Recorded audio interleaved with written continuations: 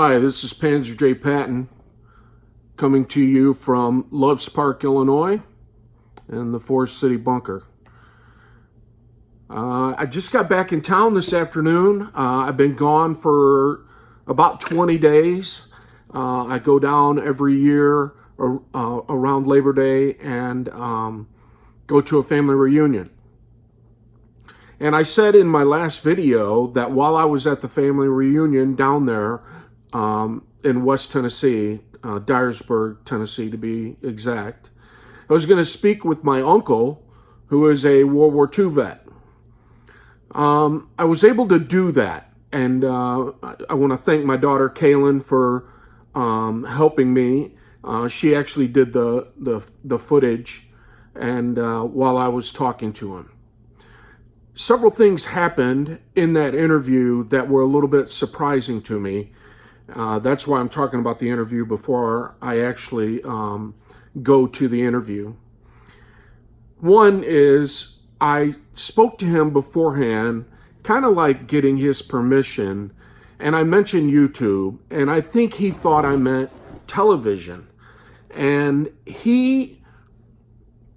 I think was because of that, because he thought it was going to be like on television, I think he was a little bit apprehensive about some things. For instance, I have always called him, since the time I can remember, and all the other people who are his peers, or like my dad and even his wife, call him Punkin, Punkin. Now, when I was a little boy, I called him Uncle Pumpkin because I thought it was pumpkin. But no, Pumpkin is just kind of a nickname type of thing. And he picked it up when he was a young man. And so I've always called him Uncle Pumpkin. Well, during this interview, Uncle Pumpkin he will say, and it'll be part of the interview, I say, I've always called him Uncle Pumpkin. He'll be like, no. And he'll say, my name is John Proud, P-R-O-U-D, Proud. And so I was a little taken back by that because in my 50 years, I've been alive 50 years, and I've never heard him say that before. Even the last time that we talked about his World War II experience, he never mentioned that either. I called him Uncle Pumpkin the whole time.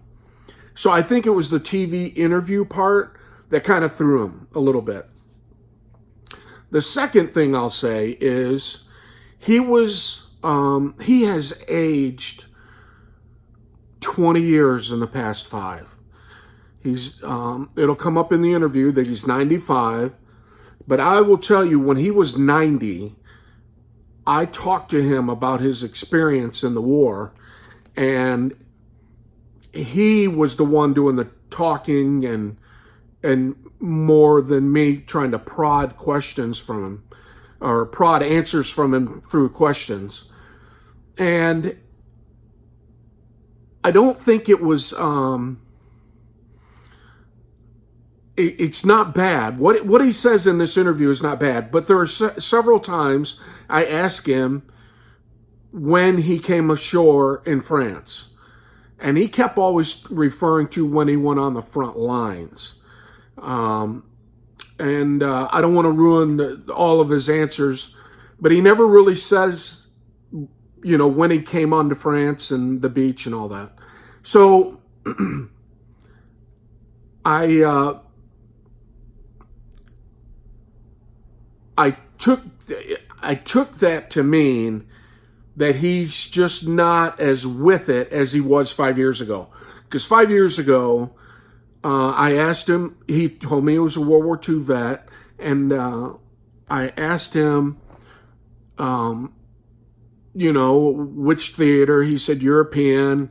I said, were you there on D-Day? And he said D-Day +4. And then he told me about something that I'll talk about after the interview, kind of like a post-interview wrap-up. But back then, 5 years ago, there was a lot more detail, a lot more feelings about the war than this time. And again, I don't think he got into the feelings of it as much because he thought it was going to be on television and not just this YouTube channel with a guy who has just a few subscribers, and I'm his nephew from up north. I'm a Yankee to him. But he is, quite honestly, he is the most genuine, good, hardworking man I could have ever known. He, and several things like that will come up in the interview. And so I want to kind of get to the interview, and then we'll do a wrap up after the interview. So this is me, my daughter Kaylin filming. This is me talking to my my uncle, and this is the interview that I did. I hope you enjoy it. Go ahead. Okay, this is my uncle, John Proud. Now, I never called him Uncle John. He's always been Uncle Pumpkin. So I'm going to refer to him that way. And most people in these parts don't know him as John Proud. They know him as Pumpkin. That's right. So I'm going to ask Uncle Pumpkin some questions, and we'll just go through and you just answer them as you go. And if you feel like you want to say more than what I ask you, you just go ahead and do that, okay? Yeah. All right. So we're going to start kind of at the beginning. You don't need to say Uncle Pumpkin. I don't like that. I wouldn't say that. Oh, that's okay. I don't go with that. Okay. John Pratt. John Proud. P-R-O-U-D. P-R-O-U-D. From New Bern, Tennessee. New Bern, Tennessee. Right. All right. So were you, at the beginning, after the Pearl Harbor, were you enlisted or drafted? What happened? Well, I got a deferment the first time, and then then the next time they called me, I put in for deferment, and then I went down there and told my cousin at the drag board, I said, I don't want no deferment. I want to go. I thought all people come home, soldiers come home on leave, is all dressed up. I thought all he did is work. I didn't know what it's all about. Oh, okay. So I got my cousin to carry me down to the drag board and told him I wanted to go. So in about a week they had me going. And then I was going to church all the time, and I was just a good boy, and I didn't know what was going on. So when the first 2 weeks of training, first week of training, they learned it, little foot movements or to go from one place to another. Right. And then the next week they handed me the M1 rifle, and I had a different feeling. I knew what it, yeah, when you got the rifle, you knew it was different. I knew what it was all about. Right.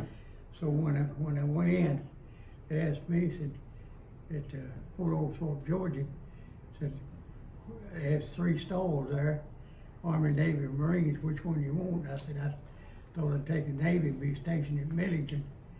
And so they said, unless I could type or some specialist, they'd pull up. So I had to take the Marines or the Army. And I knew the Marines stayed on the islands, and I didn't want that. So I taken the Army, and then they put me in the infantry. Right. And then I had the advanced infantry training. Then it sent me, had the Battle of the Bulge. That's when they sent me over. And just as the Battle of the Bulge was over, that's when I went on the line. And I was rifling in the infantry. And Where did you do your basic training? I did Fort Oglethorpe, Georgia. Okay. And so Now, you at one time when we talked, you told me you were like D-Day +3, or? I was, just as the Battle of the Bulge was over, that's when I went on line. I stayed on line 3 months, never went till the war was over. I had 3 months continuous fighting, offense and defense operation, and till the war was over. And I never did think about getting killed, but I thought about getting captured. Yeah. I didn't want to get captured, but I've been beside of them with their legs blowed off, shot through the head, and holes knocked in their stomach, and several of them shot through the chest and everything. And I did have one boy got shot through the head there at the Elbe River, and the German shot him. He started to crawl off, and I killed him. And I had PDS for a while. I kept it bottled up, and so after I said something about it, I don't wake up 2 o'clock in the morning like I did. So they offered me $1,000 a month. I told them I was okay now. I refused to take it. So but I still remember the boys with their leg blowed off or hollering made it. The Pankin boy from Pennsylvania was one got. The Germans was in the town and had a company going in after them. And if they come our way, we was going to get them. And so he got a little bit much to drink. We slipping through the woods, and he said, "What y'all think you're doing, playing Boy Scout?" I said, "You'll find out." And then the small arms started going off. Yeah. A little bit later on, he said, "What y'all think you're doing, shooting firecrackers at Christmas time?" I said, "You'll find out." So then we moved on up a little bit close to the highway, and the tank was going down. It was drawing like fire or some kind of fire, artillery fire or something. It busted about 12 feet in the air, right on the ground, right in front of a big slab of steel, and right behind me, and Pankin, the boy got his whole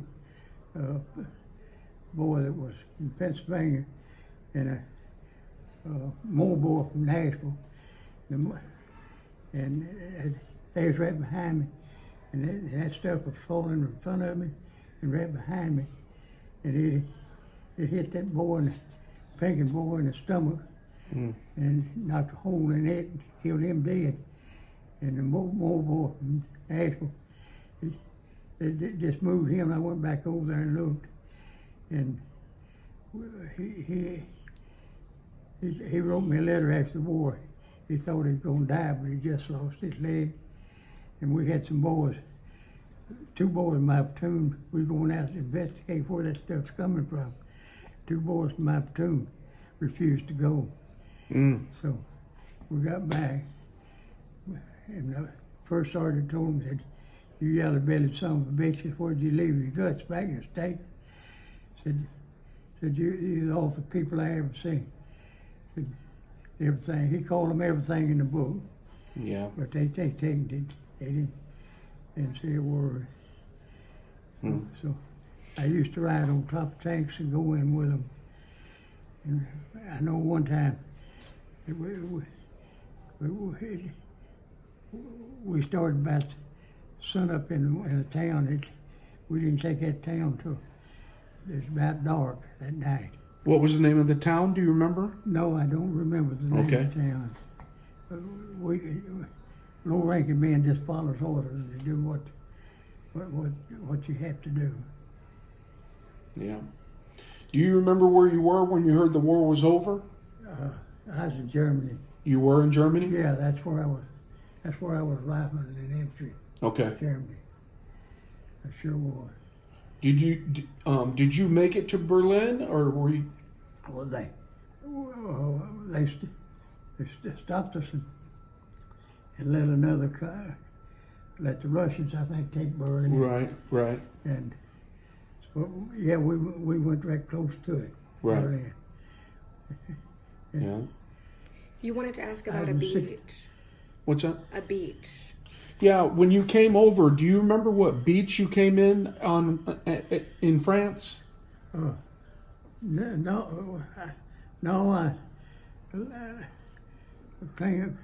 the English Channel, I remember that. All the ships were sunk in the English Channel. Yeah. And then I stayed there, went to Ten City, what they call Ten City, France, and stayed there a while, a little bit. and on up through Scotland, on up through till I went to Germany, and that's where I went on lines at. Never had a bath for 3 months. You didn't have a bath for No, 3 months? No, snow was on the ground. I was in February. I was in February the 6th, 1945. That's when I went on line. February the 6th, 1945. The war was over sometime from 45, right? And you went online. When you say that, you mean to the front line. For front lines. When and 4 days of the Battle of Avery, yeah. yeah, okay. Yeah. All right. So after the war, how long did you stay in Europe? After the war, all told, I put 2.5 years in Europe, and then 10 months in Korea. Okay. And then I got in the Guard and stayed 16 months in the Guard.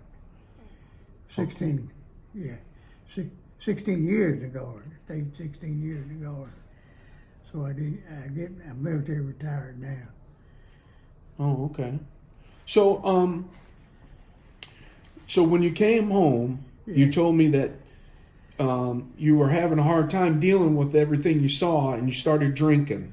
No, I didn't drink. Huh? I didn't drink. I drank a little bit, not much. Oh, yeah. But anyway, you said you struggled with that until you figured out that talking helped. How did you figure out that talking helped you? Well, I kept it bottled up and didn't say nothing. And then I'd wake up 2 o'clock in the morning, couldn't sleep, thinking about killing that boy. And Yeah. then after I said something about it, I don't wake up 2 o'clock in the morning no more. I had to get it off your chest. Right. Yeah. That's all I know.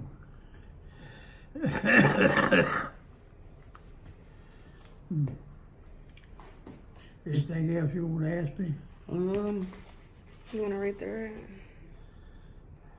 it? What army were you in? Like your division and all First that? Army. First Army, 69th Infantry Division. 69th Infantry Division. Yeah.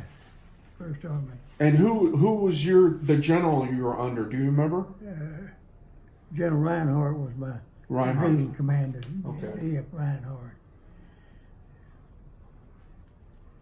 Let me look here.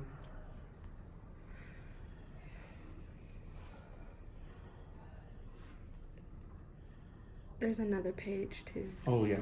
That's right. You asked about did you fight in the Battle of the Bulge? No, just the Battle of Bulge was right over. And You point to it. victory line and everything. It was just over. That's when I went online. This was the Battle of Bulge was just over. And I stayed with them till we met the Russians.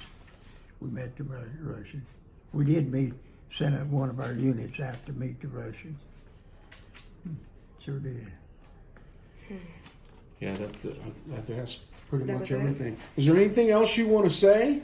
Not as I know of.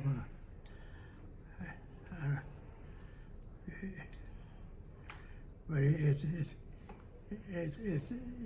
something that makes you don't realize what it is till you get in there. That's right. But That's right. but to get you motivated, you know. You don't mind killing one. They get you brainwashed or something. Right. They don't mind killing. And How old were you when you went in? I was 20. 20. Yeah. And then how long until? So you were in for 4 years. Is that right? No, I did. When I was over in Germany, I had to either get out or re-up after a certain length of time. So I extended my leave over another year. Oh, okay. That's what I did. Okay. Stayed 2.5 years in Germany. And then you were 26 when you married Aunt Geraldine? No, I was 25 25. when I married. And you were 16, right? Right. Yeah. She was 16. Okay. And how old are you now? I'm 95. 95. And Geraldine, how old are you? 86. 86. Y'all been married 70 years? Do what? You've been married for 70 years? 70 years, the 24th day of September. My goodness. Yeah. Wow. Yeah, I was in 10th grade and quit school. Daddy cried and cried. Yeah. Don't do that. Yeah. Yeah. Went to cotton, cotton. I've heard that story many Been times. working ever since. Yeah. Well, Uncle John, Yeah. I want to thank you so much Thank you. for your service Thank you. and also for doing this interview. Yeah. And there's going to be a lot of people that see this, and I'm sure all of them are going to be thankful for your service too. Thank you. All right. Yeah. I tell you, when you kill somebody, it's always there a little bit, you know. Yeah. But I've been shot at, and I've shot at them, and they've been shot. I've been shot at, Yeah. and everything. But you never got injured, right? No, I never did. Yeah. No, I never did. I never did think about getting killed. I just didn't want to get captured. I felt like I left my country, you know. Right. I love my country. I feel like I didn't do my duty to my country if I got captured, you know. Right. Right. But I love my country. Yeah. Still do love my country. Best country in the world. That's right. That's right. All right. Well, we're going to conclude this interview, and thank you again. You bet. And we'll sit and visit with you a little bit Okay. after we turn this off. All right. So that was the interview that I took with Uncle Pumpkin. That was the Saturday before Labor Day is when we did that interview. And so some things that you probably noticed was I would ask direct questions and he wouldn't necessarily directly answer them. I think part of that was the idea that he was on television. And I think he was a little bit uncomfortable with that. I think that's part of it. I also asked him about the drinking. Now, he kind of glossed over that. But I will tell you, the first time I talked to him about that, he told me that he was basically on a bender for about a year and a half. And that he was drinking a lot and he really had a hard time dealing with it. Matter of fact, that it actually went on a little bit into his marriage because my Aunt Geraldine, who obviously was in the room, and I'll talk about that in a second, my Aunt Geraldine tells stories about how one night she was afraid of him because he was so drunk and acting pretty belligerent. She pulled a gun on him to get him to leave the house. So, and these are not stories they're proud of. And I know that. But I'm emphasizing the drinking part because the PTSD, he called it PDS or something, but the PTSD was a real thing for him. And he really struggled with that. But the other thing is I asked him, I said, how'd you figure out that talking helped? Well, 5 years ago, he told me that he got called to the Veterans Affairs in Memphis, and he went down there, and there were some guys talking about it, and so he started talking about it a little bit with them, and then he said he could start sleeping again.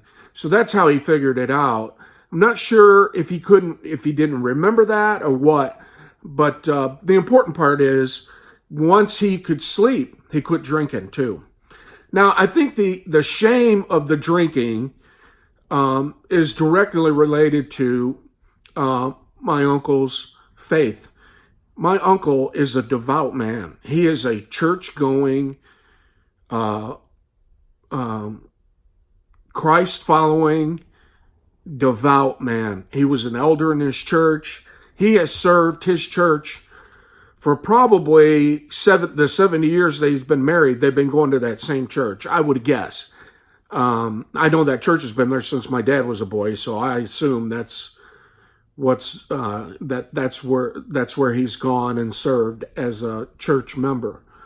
So I think the drinking part, since it was on television, I think he didn't want to go into that because there's some shame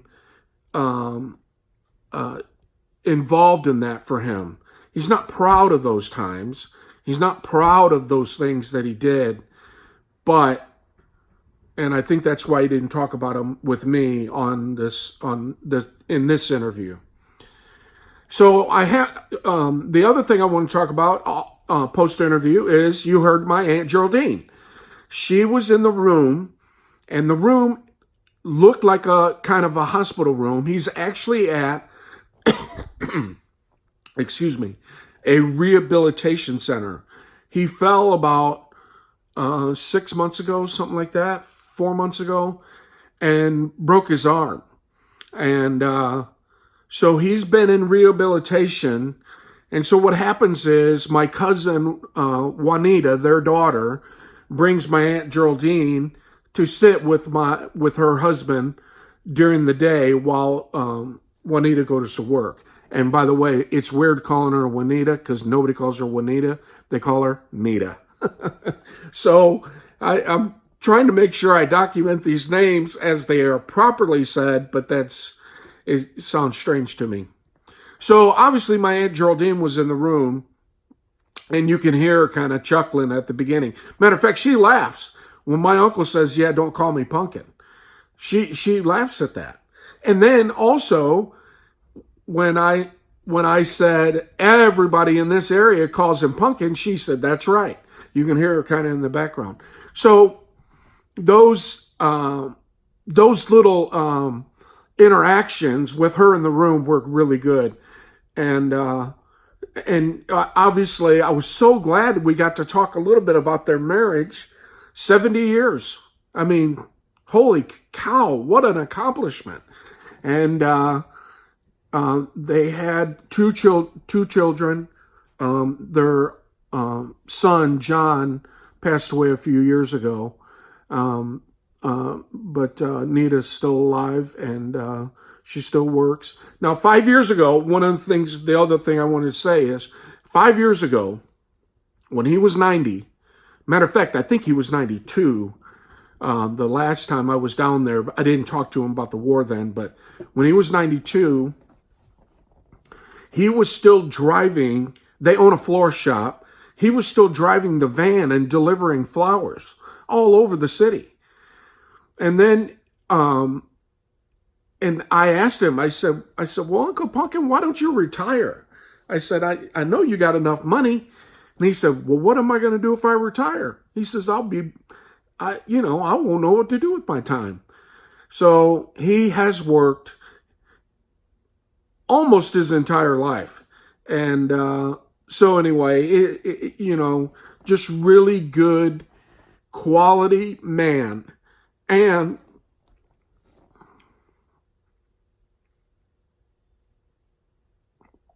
I get a little choked up.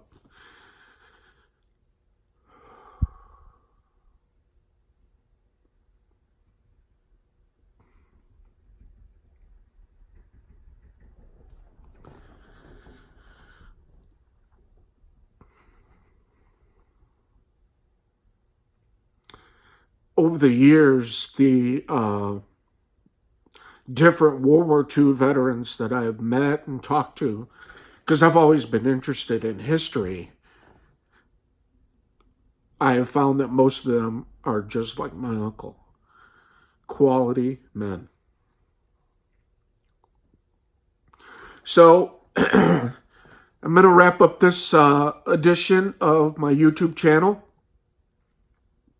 Or my this episode of my YouTube channel, and I'm gonna try and give a preview of my next video. So several things have happened as far as my bunker goes, and they happened while I was gone. And so in my next video, there's some breaking news, I guess, about my bunker. and some things have happened, and so we'll talk about those in the next episode. And I should be posting. Sorry for the long delay. I just wasn't in a spot, staying with my parents and with my aunt and uncle. There was just never a time to sit down and have some peace and quiet to make a video. And obviously I was having a good time. We play a lot of cards and with my uncle especially, I play dominoes. And if you don't play dominoes, I love dominoes. If you're a domino player, you can do that in my bunker too. I love dominoes. So anyway, so there just wasn't enough time. So I'm sorry about the long delay since my last episode. So the next episode will probably be in the next couple of days. I'll get that up, and I'll be able to share with you the breaking news. That's all for now. This is Panzer J. Patton signing off.